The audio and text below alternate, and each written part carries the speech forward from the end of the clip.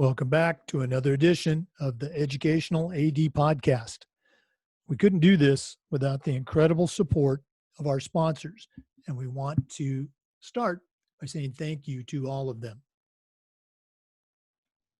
First, thanks to our diamond sponsor, Varsity Brands, including BSN, Varsity Spirit, and Herff Jones. Varsity Brands, elevating student experiences in sport, spirit, and achievement. We also want to thank our platinum sponsors, Ephesus Lighting, innovating a brighter future at every level. Gilman Gear, always a step ahead. Camp Mobile, where teams communicate better. Hometown Ticketing, simple and easy online ticketing. And Vital Signs, bring student achievements to life. Thank you to all of our great sponsors. Welcome back to another edition of the Educational AD Podcast. Our guest today is Catherine Tonco Ong. She's a certified master athletic administrator, and she's the director of student activities at the Brent International School in Manila in the Philippines. So Catherine, welcome to the program. Thanks very much, Jake. I'm so honored to be here. Well, the life of an athletic director is certainly busy on a regular day, and you're working from the States right now, so let's jump right into it. We always like to let our listeners have a chance to get to know our guests. So tell us a little bit about yourself, where you went to school, where you grew up, college life, and maybe how that got you into a job in educational athletics. Okay, so I come from two backgrounds. My father is from the Philippines and my mother is from the US.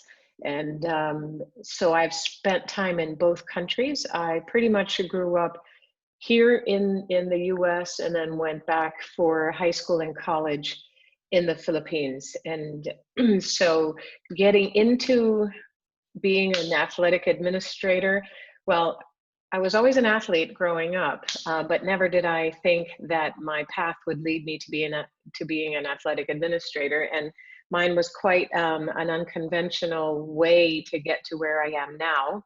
My career was in a totally different industry, and that was in the broadcast industry.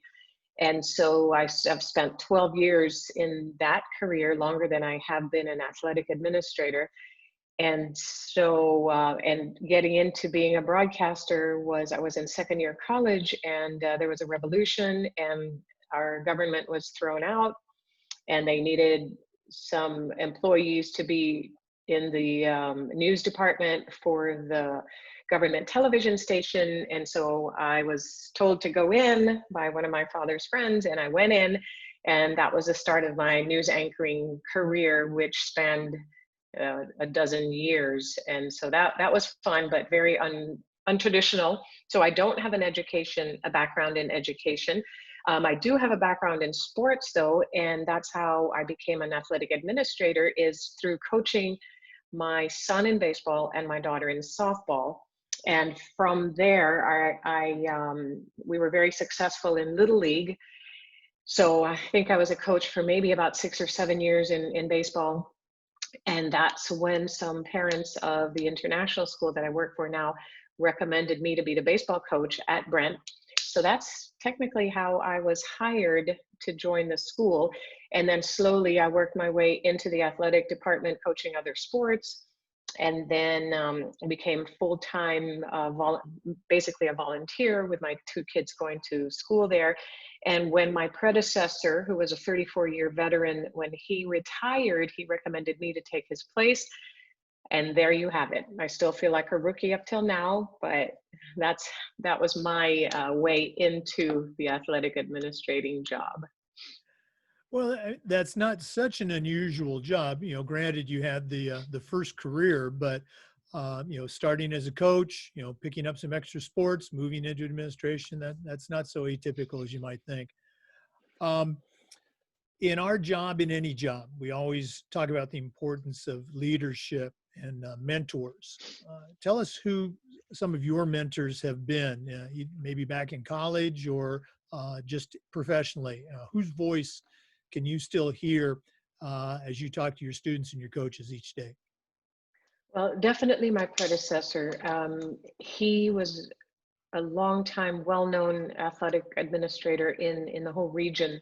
We have a international school conference of 12 schools, and he was a veteran, and his shoes were hard to fill, but he helped me a lot. So he mentored me almost every day. I think I would say I kept calling him for 3 years into this job, and I still do call him now when I need help. And so he's definitely been a mentor to me.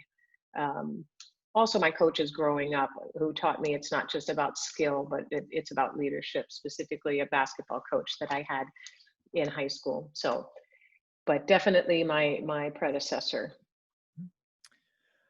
Um, we have a lot of younger ADs listening and some veterans too. And oftentimes they'll see, on your name, CMAA, or on my name, CMAA. I've been doing this a lot longer, but they don't always understand the path that leads up to that. So share a little bit about your experience getting involved with athletic administration and then getting involved with our professional organization. Um, so, I mean, getting involved in the athletic administration, I did not realize that I would be in it, but I love this job, and I consider myself an athlete. And so this was just so natural for me, as I'm sure it is for all of the younger and the veteran ADs there. But I have to say that I did not know anything when I first went into this job. It's been a process of learning on the go, but without the help of the NIAAA, I would be doing so many things wrong. And so I'm just overcome with how much the NIAAA has helped me. And one of the things that I wrote down about the organization is that it floored me to find out how unselfish people are and how unselfish the organization is.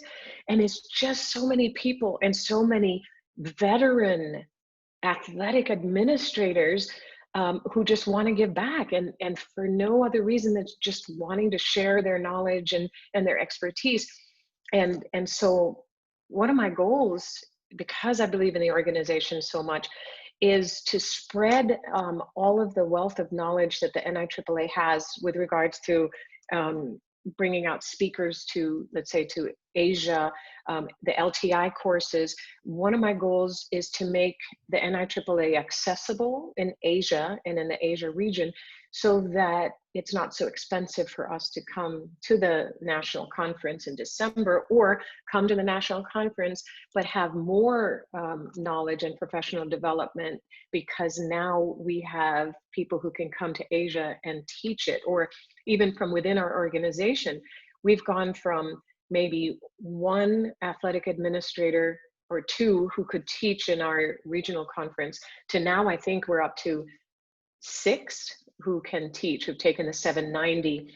And so my recommendation, especially for all the new athletic administrators out there, is I highly recommend the NADC conference. I mean, I've been to maybe 8 now, and I just am overwhelmed and just so appreciative of all the workshops you can attend, and then all the LTIs you can sign up for. But it's face to face with people who know what they're doing, and the atmosphere, and everybody's just there to learn. So I highly recommend to the young athletic administrators, even to the veterans, to go to that conference. Hopefully we'll have it this year. Because there's nothing that can take the place of that. But otherwise, if you can't make it, then the online courses also are huge. And if you can do both, that would be even better. No, absolutely. There's nothing like doing it in person. And again, we hope that we're going to have the national conference this year in Tampa. We're recording this in August, and it's going to air probably in September, but by that time we'll know. Right. And as far as locally there, if you need any instructors, I would certainly love to come over and work with some of your athletic directors in your region. Okay. Oh, that sounds great. See, this is what it's all about. You mentioned that you've been on the job now as an AD for 10 years. In looking at how you go through your daily routine with your students, your coaches, parents, et cetera, how have you seen the job of an athletic director change in those 10 years from when you first started to now? What are some of the changes that you've seen take shape? I think probably the most notable change that I've seen from the point where I started to this point are the emphasis on child protection, especially in international. Um, my conference of 12 schools with schools in Japan, China, Hong Kong, if you include that, Korea, Philippines, and Vietnam, we are a homestay program, and therefore child protection has been a huge, not an issue, but a huge push for us to put protocols in place, especially for homestay. But we also do hotel stay, let's say for our swim programs. And so a lot of us have attended child protection conferences. I attended one in India. And so that's been a huge difference in like protocols and the way our coaches deal with, well, in the faculty as well, how they deal with the kids. And I have a lot of local coaches too that are not faculty. And so all the more I need to train them about on child protection and the different protocols. And so I found that coaches' responsibilities have increased because of that. So it's not just the training now and the leadership, but it's also they've got to take into consideration other things that maybe they used to do before that was okay and now can't be done anymore. The other thing I had listed down that I feel has been a big change since I started is that I think on teams now it's more about developing the whole child and developing obviously their sports skills and how good they are at that sport. But now I feel that coaches are coming around to the fact that it's also about the whole child, the developing and teaching them how to win, how to lose, and everything that comes with that, and the lessons learned there, especially how it's not, you can't quit. So that's another thing that I think has changed in the past 10 years. There's more emphasis on that. And the coaches' improvement, I think, in the very beginning when I was just trying to keep my head above water, I didn't think about professional development for my coaches. And now, thanks to the NIAAA and the other classes I've taken through the NIAAA, that takes a bigger place in my routine now, is trying to bring professional development, be it things like how to tape or the standard ones of what do you call it, first aid and AED and all of that. But even more than that, going beyond that, that's changed a lot from year 1 to year 10 now for me. Oh, no, absolutely. I think you'd see the same thing in schools here in the United States as well. Let's go and talk about COVID. Certainly it's impacted our jobs. I'm curious, how what's the state at the Brent International School right now? I mean, what's going on? Are you back in classes? Are you planning on going back? Is it going to be virtual school, a combination? What's going on in the Philippines? So the Philippines is not in a good state right now with regards to the number of cases that we have. Our president has declared that all classes will be online, and he's declared it until January 2021. Now, the government can change its mind, okay? And, we're hoping that if the situation gets better, then the president will change his mind. But for right now, he's actually stated that there will be only online classes until January 2021, and that there is no activities. He's also stated no activities for the entire school year, okay? Which goes for local schools until April. And for us, that would be until the end of May. Now, again, I think that that's going to change depending on the situation. And my plans that I'm putting in place redesign and return to play protocols. So I'm hoping that by by January, the end of January, we'll be able to have in-person classes again. But meanwhile, we have declared to our community that we will be online until the end of the first quarter, which is October 5. But that is a hopeful prediction and will likely be online until January, unless things change with the number of cases in the Philippines. But it doesn't look like we're headed that way. Yeah, wow. Well, we've seen in the United States a variety of responses from state to state. This state is opening without restriction. This state is completely canceled sports and everything in between. Florida, we just decided last week, our state association, that we had delayed for a month, but now it's kind of business as usual. And so we're going to see what happens, but it's going to be exciting. Well, and one of the good things about our declaring going online until at least October is that I get the benefit of seeing what you're doing in Florida and what the other states are doing and how it's working out. So I get the benefit of learning from all of the lessons that are coming out now, plus the situation with the virus itself, is ever changing. And so it's bought me a little bit of time in preparing for what will likely be a January return to in-person. So for that, I'm appreciative that I've got the benefit of seeing what everybody else is doing. Well, we'll do our best to try to not mess it up and give you a good example, at least down here in Florida. Next question. I've been asking our athletic directors this question. I'm curious as to your response. This past spring in the United States, we saw just a tremendous increase in the awareness of social issues regarding gender and race. And I'm curious as to what's your feeling of the pulse in your school, in your area. And again, the question is, what can we as athletic directors, how can we do a better job of being more aware of these social issues and how they impact our students? So in my school, the biggest social issue that the students are aware of, and the faculty as well, is the inequality in income. So we are a third world nation, and as a result, we have a huge percentage of the population who are underprivileged, considered poor. And I am so proud of our student body because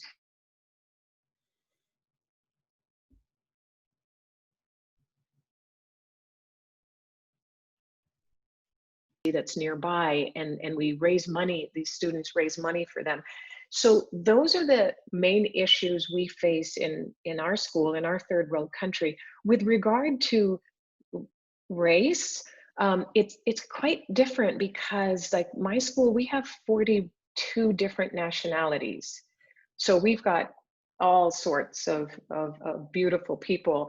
And so that's not something that we face in the same way as a lot of the schools here do. It's just acceptable that with 42 different nationalities, you're different from me, but yet we're both the same, and we're just all wonderful. So, I mean, and I feel very thankful about that. But again, we deal with other things. We're not free from any problems. We deal with the third worldness and, beggars on the street, and how can we help them? And then the environmental issues, being a third world country, that's something that we're not up to speed on as a country. We're not up to speed on that as well, like recycling and not throwing trash. And so our students are very involved in Green Earth Ambassador and those kind of clubs and outreach. So I hope I answered your question. It wasn't a direct answer, but. No, I think it was a great answer. And again, it's one of the neat things about having you on as a guest is, we all get to hear about, how things work in not just another school, but another part of the country. So no, I appreciate you sharing. Let's go ahead and shift gears. What are some of your favorite aspects of being the athletic director at Brent International? What gets you excited about going to work each day? I love to be with the kids, and as I said earlier, I also coach. So I like mentoring the kids. There are two. So as an athletic administrator, I like to mentor them. I don't like the disciplinary side of my job because that's, I feel like, but I have to do it. That's part of it. We've got all sorts of rules and the kids break all sorts of rules. But at the same time, the way I look at the disciplining side of it is that maybe this is an opportunity where I can mentor them, and hopefully, even if they're young, hopefully some of what I say will go through. So it's discipline and mentoring at the same time. So I really enjoy being with the kids, and I get to travel a lot with the team. So if I'm not coaching, I get to travel for our conference, our culminating tournaments. And so I love spending time with those athletes and their coaches, at the tournaments and at the festivals. I've been to an orchestra festival 2 years ago, and then swim meet, huge swim meet. And so I just love doing that. That's one. I also like to, I'm not very good at it, but I'm learning to coach the coaches. And so I'm trying to develop workshops for both my local coaches, and then encourage the faculty coaches as well. So that's one of the things I've been working on, and I enjoy seeing them spread that information to the kids about sportsmanship and leadership and character. So those are my two favorite things. Oh, and I think most ADs have answered that very similarly, working with the kids and working with the coaches. Well, Catherine, this has just been wonderful. I've really enjoyed visiting with you, but we're not done yet. And our final question, we call the Athletic Director's Toolbox. So you are now an experienced veteran athletic director, and your job is to send a brand new rookie athletic director out on their very first job. But I'm only going to let you put 3 items in their toolbox. What 3 things are going to go in Kat's athletic Oh director boy. toolbox? Okay. Let me think. And probably the things I'm going to say are from the NIAAA classes I've learned. I guess the first thing is learn diplomacy and how to de-escalate a situation, because I think that's a lot of what I do is de-escalate. Unfortunately, that's part of our job. So diplomacy and de-escalation, I think, are good tools to have in your arsenal. I had actually written them down, and now I can't find it anymore. I think I would say keep coaching. I know that a lot of us don't have the time to do that, but I think it is a good tool, if you want to term it that way, because it keeps you in touch with the students, with the athletes, but it also keeps you in touch with coaches. So they can relate to you in that manner. They're not going to say, well, how do you know? You're not a coach. You can directly relate to them because you're still there and you're still coaching. Same with the student athletes. You are coaching them, so you are in touch with them. Plus, it probably helps keep you young for a longer time. And then the third one, this one probably I really got from the NIAAA, is to keep everything in order in your office. Document everything you can, both for organizational sake, plus it just helps you run a better show if you keep everything documented, and helps you not forget to do anything, helps you be more organized in the running of the office side of it. So those would be my 3. And those are 3 great suggestions. They'd be valuable for any athletic director. Well, Catherine, this has just been great. Best of success as you return to your school. And, we're going to, be hoping that things open up for you, worst case in January, who knows, maybe even a little bit sooner. Fingers crossed. Thank you so much, Jake, for having me. Well, for our listeners, thank you for tuning in. Come back again next time for another edition of the Educational AD.